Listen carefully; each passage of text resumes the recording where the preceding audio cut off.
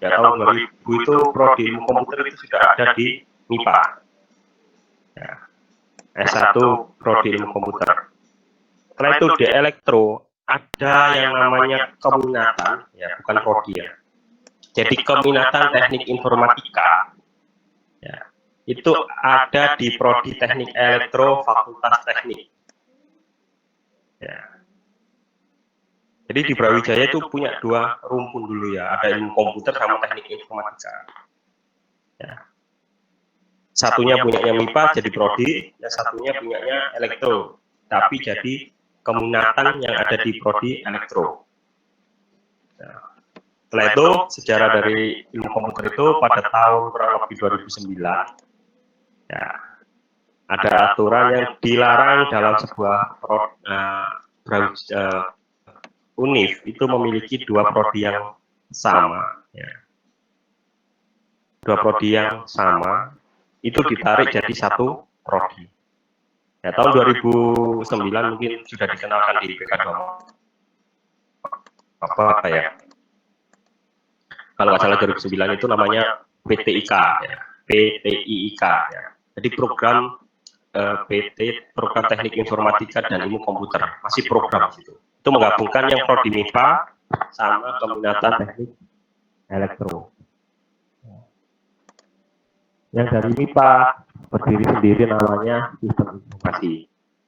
Sedangkan itu dari prodi teknik informatika itu muncul sendiri. Ya. Jadi dosen yang ada di ilmu komputer ini adalah dosen dari MIPA dan dosen dari elektro.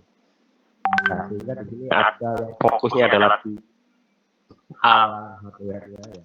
Yang ini sudah masuk ke elektro sendiri. Ya. Setelah itu yang ini ya mungkin yang kenal adalah prodi teknik komputer. Kalau di Filkom namanya teknik komputer. Nah, setelah itu yang di sini ya softwarenya ya itu adalah kalau di ilmu komputer adalah teknik informatika. Ya. Sedangkan untuk di jurusan SI ya ada sistem informasi dan teknik dan teknologi informasi. Ya, ini sudah merana ke organisasi. Setelah itu kalau organisasi yang di dunia pendidikan adalah prodi kita ya, prodi pendidikan teknologi informasi.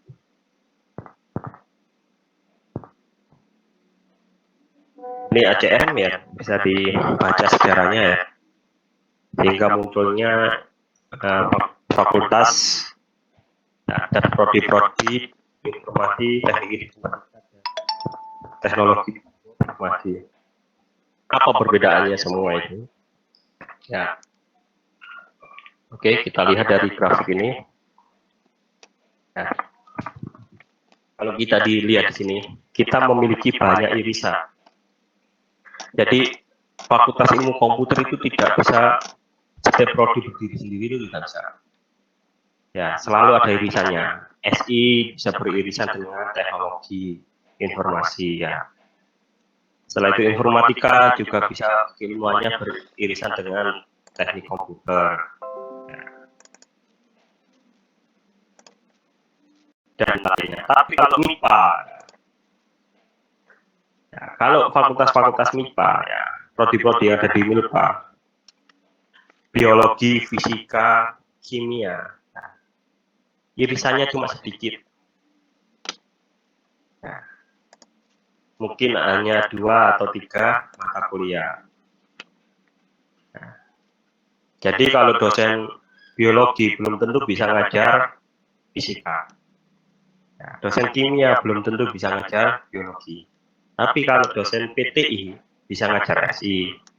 Dosen SI bisa ngajar informatika dan sebagainya. Makanya kadang Anda nanti dapat mata kuliah yang diajar oleh dosen sistem informasi.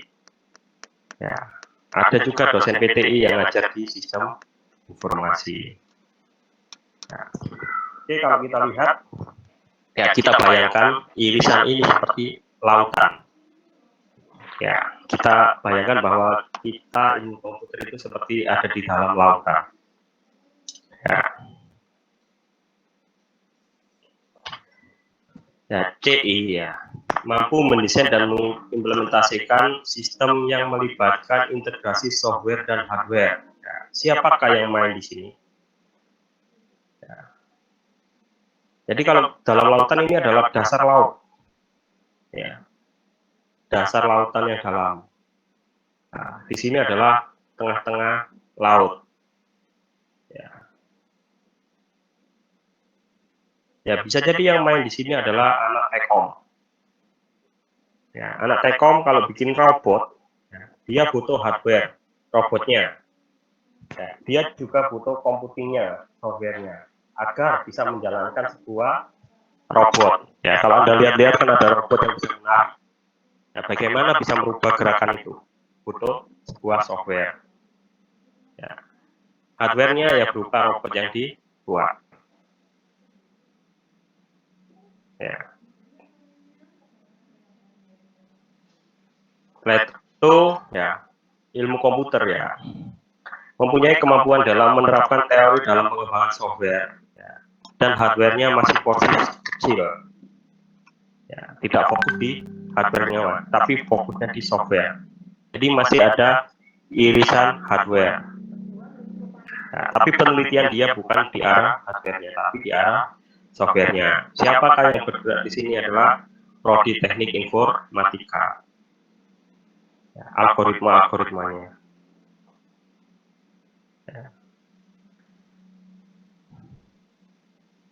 Ya, setelah itu ada yang RPL ya. RPL ini mampu baik mendesain dan mengimplementasikan software skala besar. Jadi anak RPL ini sudah tidak ada kaitannya sama hardware sama sekali. Ya, tidak mengambil bikin sebuah hardware, tapi sudah full software. Ya, sudah ke arah pengembangan softwarenya. Tapi kalau ilmu komputer, ya, software dan hardware, tapi sangat kecil ya hardwarenya. Ya. Oke. Ya. Sedangkan untuk anak sistem informasi, ya,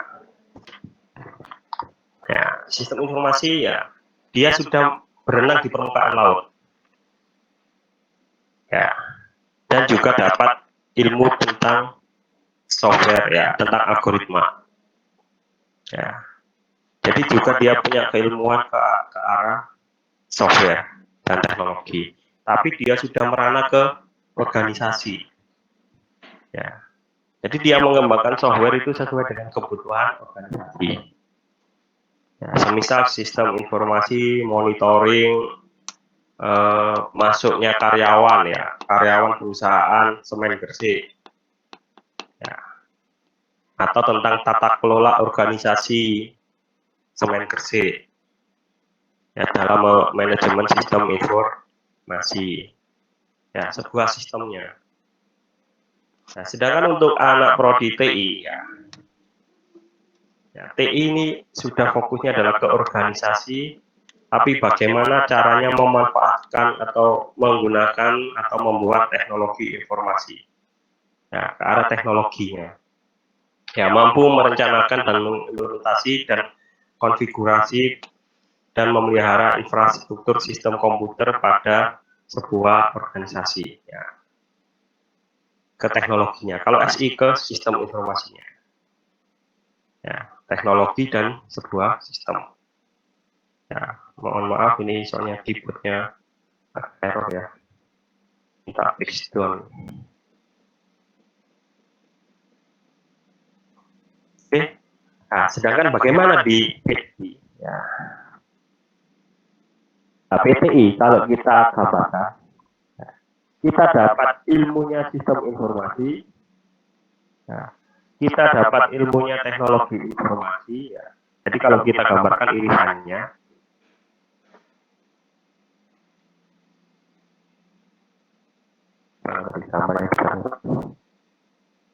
jadi kita juga dapat keilmuan ini.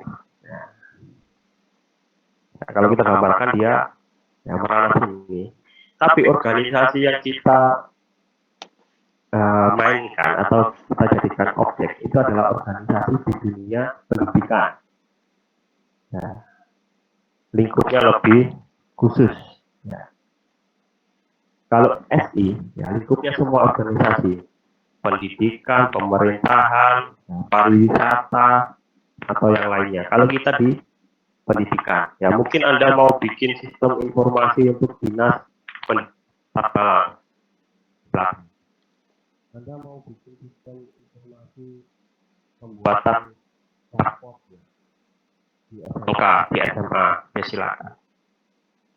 Nah, atau Anda bikin teknologi informasi untuk membantu di SMK, ya silakan. Anda mau menciptakan IT, ya dinas pendidikan. Telah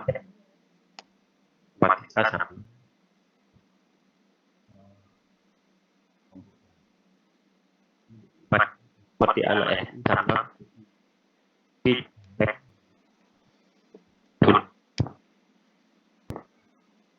Ini sehingga nanti enaknya anak PTI apa? Anda dapat ilmu murni, Anda dapat ilmu pendidikan.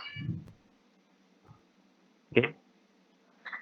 Ya, setelah itu di sini ada 18 dasar rukun ilmu komputer ya, yang menurut Aptikom 2019. Ini insya Allah semuanya ada di kurikulum kita.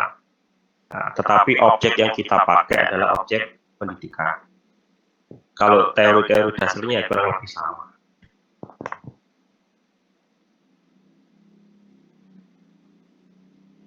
Oke, ya ini silakan bisa dibaca ya. Ada algoritma, ya, script ya.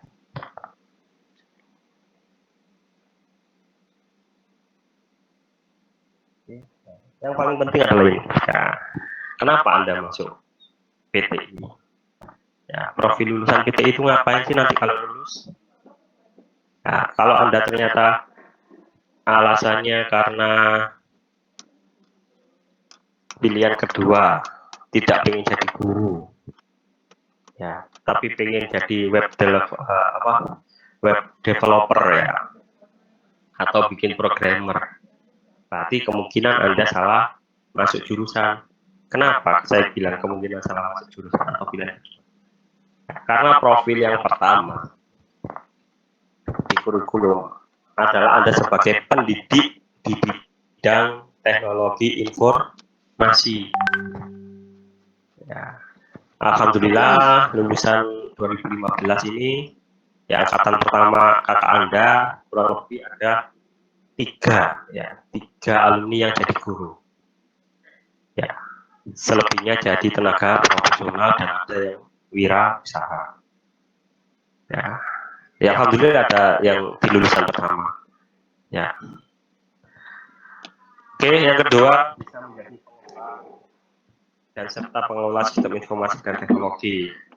Ya, setelah itu ada pengembang ke konten dan media pembelajaran interaktif, ya, saintis data di bidang pendidikan dan perilaku wirausaha. Kenapa ada lulusan ini wirausaha? Ya, karena sesuai dengan visi dan misi dari Brawijaya bahwa adalah menciptakan mahasiswa yang bisa berwirausaha. Tapi wirausaha kita adalah di bidang teknologi informasi. Ya, misal Anda nanti sama teman-teman Anda ya, ada yang bisa jadi gurunya, ya, ada yang bisa ke membuat sistem komputernya, ya, atau aplikasi berbasis mobile, ya. Silakan ciptakan ruang guru sendiri, ya, bisa mengalahkan ruang guru. Ya lingkup kecil lah buat aja ya. Kalau istilahnya di SMK kan ada bengkel ya, atau lab. Ya, silakan bikin lab virtual atau bengkel virtual ya, yang bisa mengalahkan ruang guru. Kalau ruang guru kan materinya umum banyak ya. Ada materi SMK, ada materi SD, atau materi yang lainnya. Nah, kita menciptakan wirausaha sendiri ya. Pengembangan aplikasi mobile, bengkel SMK ya, atau bengkel guru ya. Jadi di situ bisa mengasih pembelajaran tentang macam-macam mata kuliah yang ada di SMK. Tidak hanya IT ya silakan. Ya, mungkin Anda bikin simulasi, mungkin di SMK Anda dulu ada konsentrasinya tata busana ya. Bagaimana membuat virtual, membuat baju. Ya.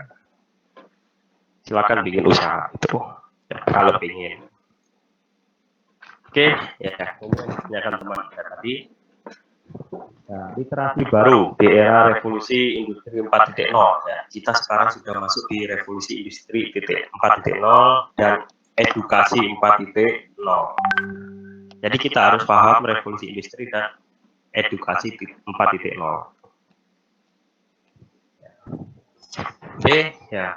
Evolusi pertama ya kan semuanya berbasis dari mesin ya, setelah itu elektro ya, berbasis komputer ya. Setelah itu yang sekarang adalah revolusi 4.0 adalah sudah ada IT dan big data ya, dan komputasi awan ya.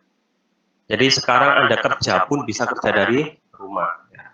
Belajar pun bisa belajar dari rumah ya. Jadi sekarang Anda bikin sebuah sistem ya, bagaimana bisa memonitoring pekerjaan ya, karyawan dari rumah ya. Bagaimana Anda menciptakan sebuah penjadwalan otomatis menggunakan kecerdasan buatan. Jadi revolusi industri 4.0 ya adalah mengimplementasikan kegiatan sehari-hari di industri yang diimplementasikan dengan komputer yang ada atau teknologi informasi yang berbasis IT ya, big data dan komputasi angin ya, seperti komputasi awan.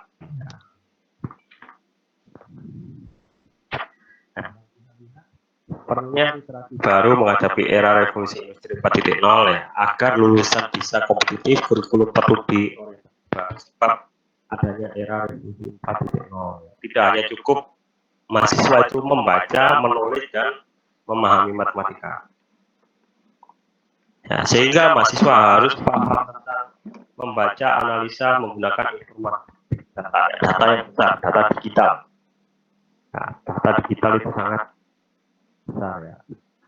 Bayangkan aja Twitter ya, atau Anda buka Instagram Anda, ya. Berapa banyak komentar netizen itu, kalau ada artis ya. Setelah itu memahami cara kerja mesin, aplikasi teknologi, coding ya, kecerdasan buatan dan yang lainnya. Nah, setelah itu literasi manusia ya, Anda harus juga memahami tentang manusia atau orang ya, komunikasi dan desainnya. Nah, bagaimana cara meyakinkan ya Anda nanti jadi guru atau saya jadi dosen untuk mahasiswa bahwa yang membuat kompetitif. Ya. Coba cek kurikulum yang baru, pasti banyak mata kuliah yang ber AI, kecerdasan buatan dan yang lainnya. Ya. Oke, literasi manusia ya, Anda harus bisa terampil. Ya. Anda harus memiliki jiwa kepemimpinan dan bekerja sama dalam tim. Ya, Anda tidak bisa sekarang itu individu. Tetapi kalau ada tugas ya dikerjakan sendiri ya, jangan nyuntuh. Kalau nggak bisa ya silakan tanya. Ya. Kalau nyuntuh itu bukan kerjasama tim ya. Ya. Setelah itu kelincahan, kematangan budaya. Ya. Setelah itu Anda harus memiliki jiwa entrepreneurship. Ya. Sehingga di sini kurikulum yang baru, kurikulum merdeka, ya, sesuai dengan arahan dari Mas Menteri ya, bahwa mahasiswa itu tidak hanya cukup dapat teori di kelas. Mahasiswa butuh magang atau praktek kerja. Ya, sehingga di sini praktek kerja itu bisa lebih dari 2 bulan. Kalau yang kurikulum lama minimal kan 2 bulan. Ya. Makanya pentingnya di kurikulum baru ada paket A sampai paket E ya. Kamu mau paket yang mana? Ya mungkin sudah dijelaskan di PK2 apa. Lebih banyak magangnya atau lebih banyak biar. Ya, kemarin sempat ada perdebatan apa bedanya S1 sama D4 ya. Kalau sama-sama banyak maknanya. Nah, sehingga ya tetap kita harus, karena menghadapi era revolusi industri, sehingga mahasiswa itu tidak hanya butuh teori di dalam kelas, dia harus banyak skill prakteknya. Ya. Yang terbiasa individual ya, coba bekerja secara tim. Ya, bekerja secara tim bukan menurun jawaban dari temannya ya. Oke, ya. Ingat belajar itu hanya belajar supaya hanya perlu difasilitasi oleh ibu. Nah, tidak sedikit perguruan tinggi di negara maju yang memfasilitasi pembelajaran sepanjang hayat ya. Suatu unit khusus ya yang disediakan untuk pembelajaran lanjut yang ingin memperoleh pengetahuan, keterampilan atau kompetensi baru yang sesuai dengan perubahan teknologi. Anda pun kerja itu kadang masih ada diklat ya, atau ada kuliah tamu, atau ada workshop dari tempat kerja Anda. Anda jangan bangga, oh saya sudah kerja, nggak akan ada kuliah lagi, ya, atau nggak akan ada diklat atau yang lain, masih ada.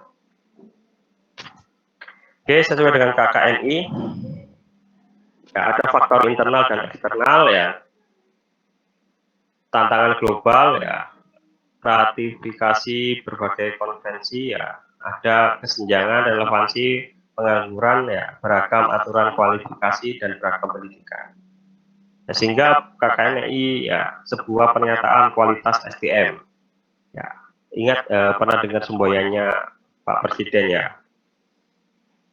Ya, SDM yang unggul, ya, Indonesia maju ya. Saat ini kan Presiden lagi bagaimana SDM kita baik. Ya, ada SDM asing dan ada SDM Indonesia. Penilaian kesetaraan dan pengakuan kualifikasi. Apakah SDM kita baik? Ya, baca ini ya. Oke, untuk pendidikan ada levelnya ya. Anda sekarang itu masih proses